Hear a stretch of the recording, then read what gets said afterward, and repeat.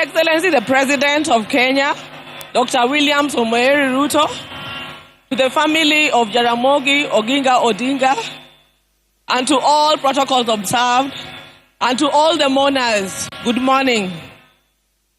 Mine is very brief. I will just read the eulogy of a great man that we are standing here to celebrate today. My name is Honorable Emily Oginga.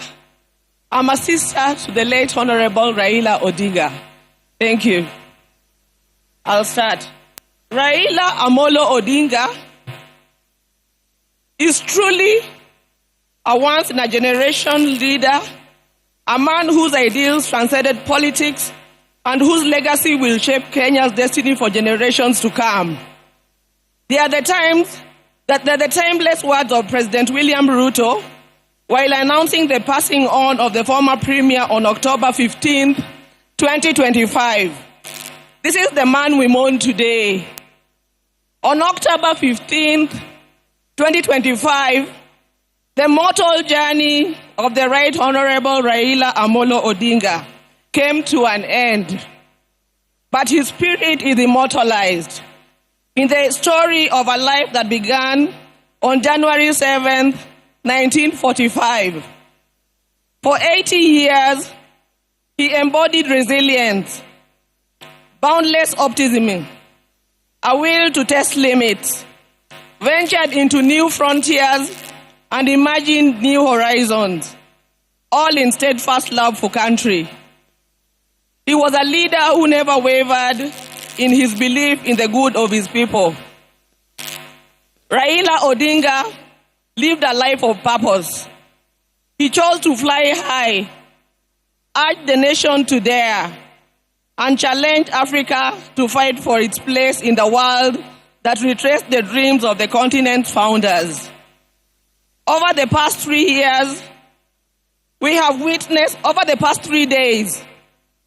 witnessed an outpouring of emotions of a nation gripped in grief. Africa has grieved for him. Indeed, the world has grieved for him. A nation and a world struggling with the question, did we really know him? Is fighting to find hope in his enduring legacy.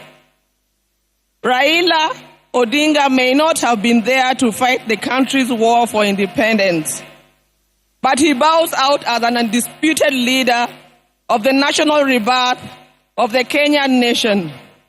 He easily became the bridge between our generation and that of his father, the late Jaramogi Oginga Odinga, who fought for our country's independence from colonialism. He learned at the feet of Kenya and Africa's most revered leaders. He witnessed the liberation ideals and struggles of Pan-African heroes, including his father Jaramogi, Jomo Kenyatta, Julius Nyerere, Kwame Nkrumah,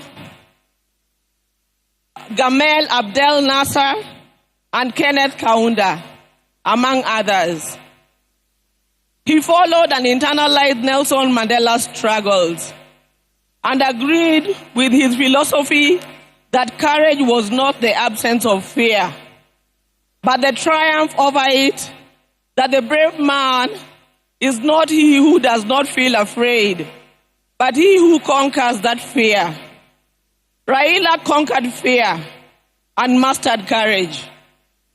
Possibility of death in pursuit of an ideal was not a reason for Raila to retreat, for he also internalized William Shakespeare's words that cowards die many times before their death, and the valiant never taste of death but once.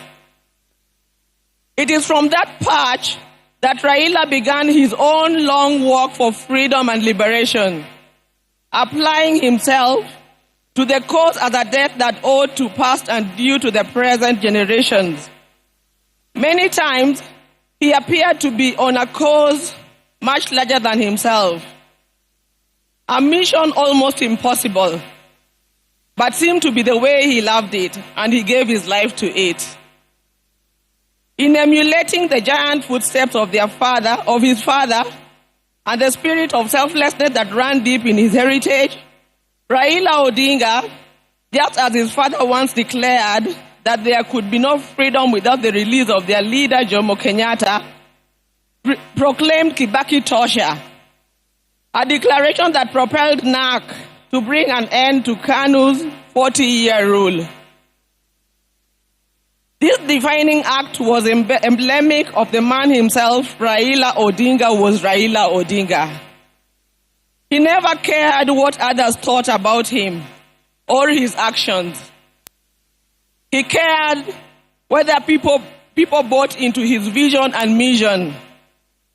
Once he felt he had the mandate of the people, there could be no turning back. In the process, he became Kenya's ultimate political prisoner and one of Africa's best-known freedom fighters, a dedicated and down-to-earth servant of the people of Kenya, a headache to the corrupt elite, and a beacon of hope for those struggling for freedom not only in Kenya but across Africa and beyond. Generations to come will honor him and offer gratitude. Raila Odinga cared deeply about Africa and worried eternally about its decline. For that, he applied himself to peace and reconciliation missions across the continent whenever called upon.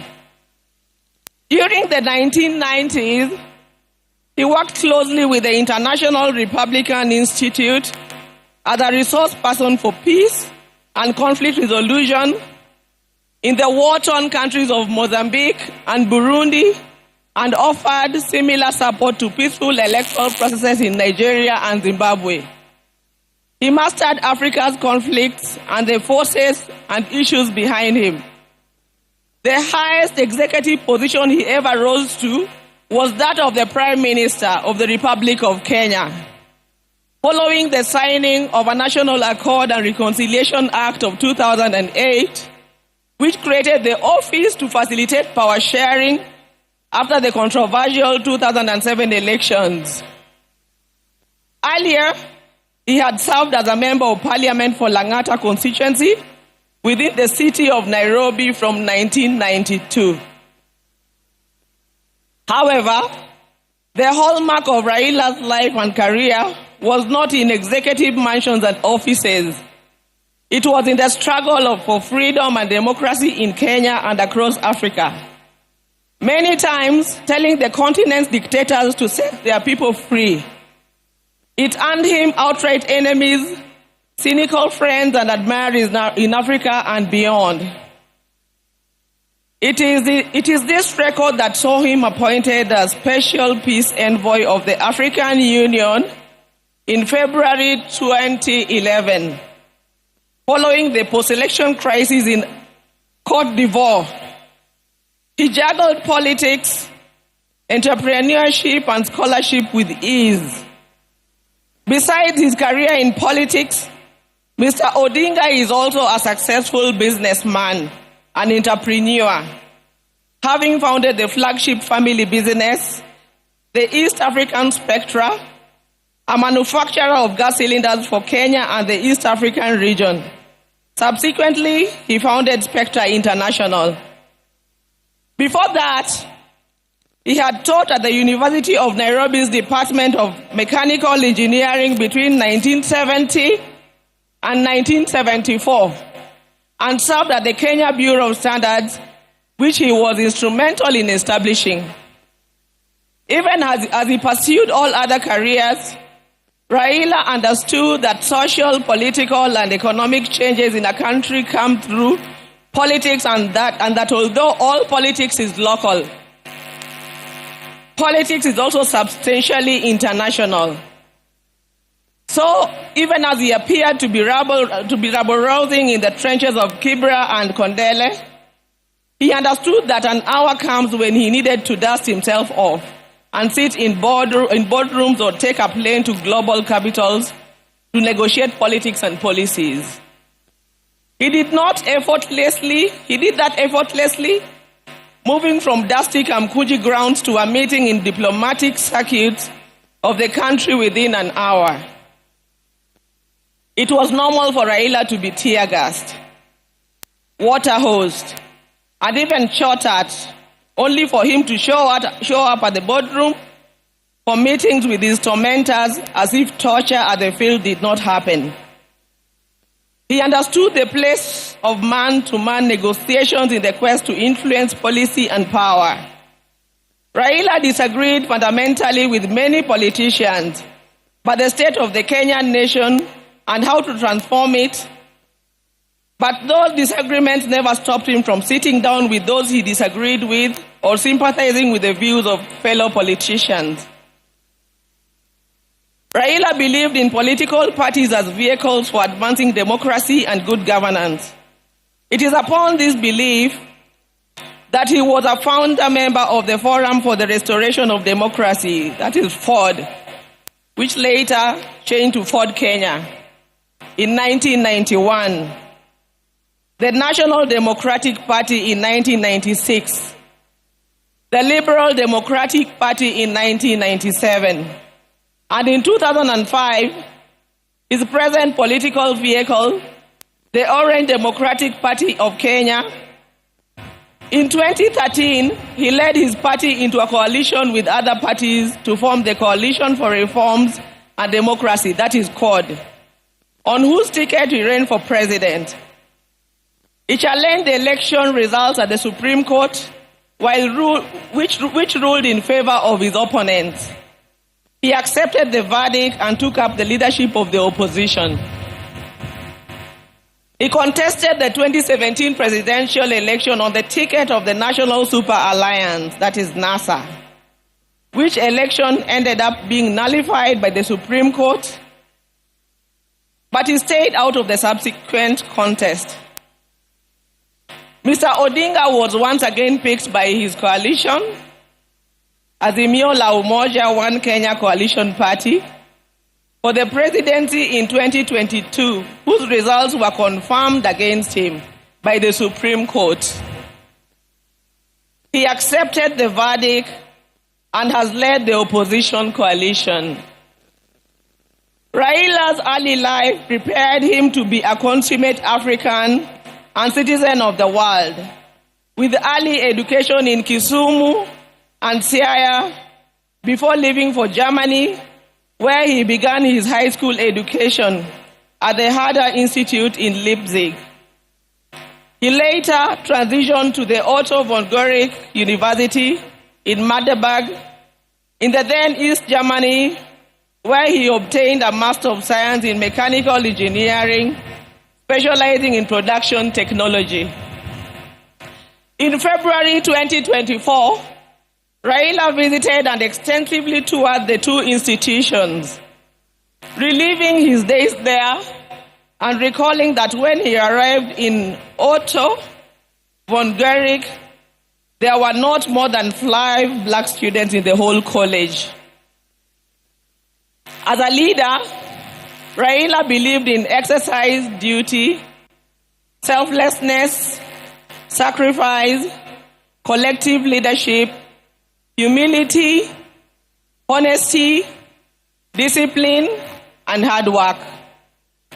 Other than Kenya, Raila's other great love was Africa.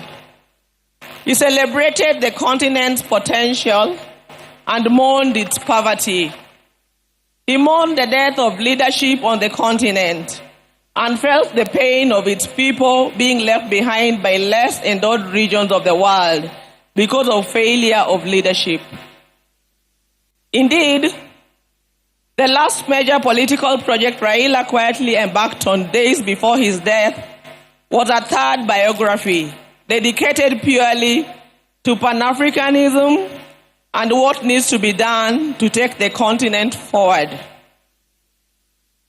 In October 2018, Raila was appointed as the African Union High Representative for Infrastructure Development in Africa. He moved into the position with the swiftness and certainty of fish in water. He named the continental highway network corridors, railways, and airports as if they were here in Kenya. He was at ease with Africa's trade deficit figures in comparison to other parts of the world. In politics, Raila communicated the importance of reconciliation, forgiveness, and putting country over self. He forgave his jailers and worked with them to move the country forward. He emphasized that building a progressive country demanded that leaders rise above anger and the desire for revenge. He also believed strongly that the preservation of a nation requires the triumph of pragmatism over ideology. That when the nation is under extreme threat, leaders must embrace extreme compromise.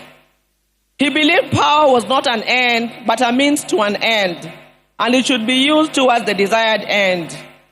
He believed power should be used to ensure the existence of the nation, not the demise of the nation. He wanted power to be used to ensure progress, prosperity, and peace of any among nations, and not for any causes that would yield contrary outcomes. We will cherish Raila in the heart of our nation, and I believe in the heart of many African nations. Thank you.